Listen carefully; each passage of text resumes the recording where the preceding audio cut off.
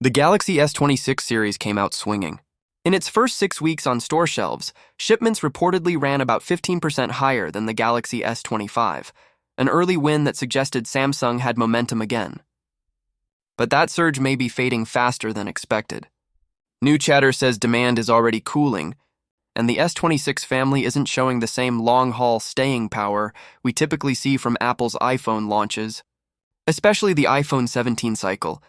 And that's exactly why the next big leak matters.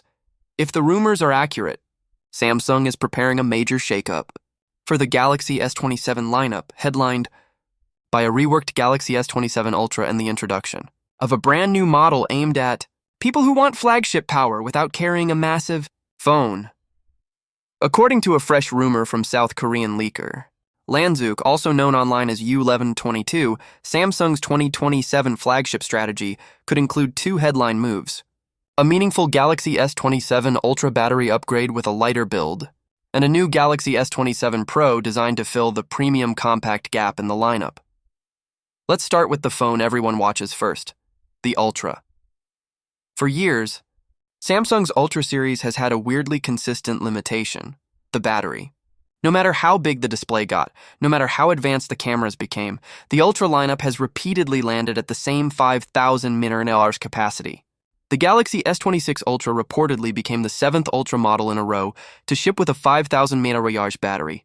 Great on paper, but also a clear sign that Samsung had hit a ceiling with its traditional approach. Now, the Galaxy S27 Ultra leak suggests that streak is finally ending. The claim is straightforward but huge. Expect a significant increase in battery capacity, paired with a reduction in weight while keeping thickness roughly the same. If Samsung actually pulls this off, it's the kind of upgrade Ultra fans have been asking for. More endurance without making the phone even bigger or heavier, and it's not just about battery size. It's about the experience. The Ultra has been creeping into mini tablet territory. And when you're using a 6.9-inch slab for hours a day, scrolling, filming, gaming, multitasking, weight matters more than a spec sheet admits. A lighter Ultra with better battery life could be one of those quiet upgrades that instantly makes the phone feel newer than any new chip ever could, but that's only half the story. The other half is design, and specifically, the cameras. The same leak reiterates that Samsung is considering a camera layout change on the Galaxy S27 Ultra. That's a big deal because Samsung's Ultra phones have leaned heavily on a familiar visual identity: the vertical camera arrangement that screams Galaxy from across a room. If Samsung shifts away from that signature look even slightly, it signals a more serious refresh than the usual annual tune-up. Don't expect a total redesign, though. The rumor also suggests the Galaxy S27 Ultra may keep similar display specs and the same general design language overall. In other words, refinement, not reinvention, bigger battery, lighter body, and a camera layout rethink rather than a full aesthetic reboot. Now here's where things get even more interesting, because the leak doesn't only talk about the Ultra, it claims Samsung is adding a new model: the Galaxy S27 Pro. If that name sounds like Samsung borrowing Apple language, that's because it probably is, and it could be a smart move. The Galaxy S27 Pro is rumored to sit right below the Galaxy S27 Ultra, essentially becoming the high-end option for people who want a premium flagship that doesn't feel like a brick in the hand. The rumored target size is a 6.4-inch display. That number matters. A 6.4-inch phone can still feel big enough for modern apps, video, and productivity, while being noticeably easier to use one-handed and far less exhausting to hold for long sessions. If Samsung can deliver near-ultra performance, a thinner chassis, a respectable battery, and strong cameras at 6.4 inches, the Galaxy S27 Pro could become the sleeper hit of the entire lineup, and it's not hard to see why Samsung would do this now. Big phones look amazing on launch day. Then reality sets in. People live on their phones. Screen time keeps climbing. And a huge device doesn't just affect comfort. It affects portability, grip fatigue, pocketability, and how often you actually want to pick the phone up. A compact flagship isn't a niche anymore. It's a real demand that the Android market has often underserved, but there's a catch, because there's always a catch with leaks.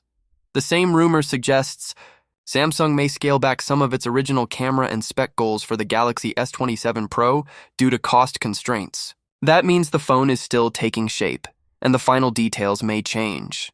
So don't lock onto any single spec as guaranteed. Think of this more like an early outline of Samsung's direction: premium compact, positioned below Ultra, with a focus on balance rather than maxing out everything. Now, let's talk about why this battery upgrade rumor is showing up at all, because it ties into one of the biggest shifts happening in smartphones right now: silicon carbon battery technology. Chinese smartphone makers have been adopting silicon carbon or SiC aggressively. The promise is simple: higher energy density, meaning more capacity in the same space, or the same capacity in a smaller, lighter package. And that's exactly what the Galaxy S27 Ultra rumor sounds like: higher capacity, lower weight, same thickness.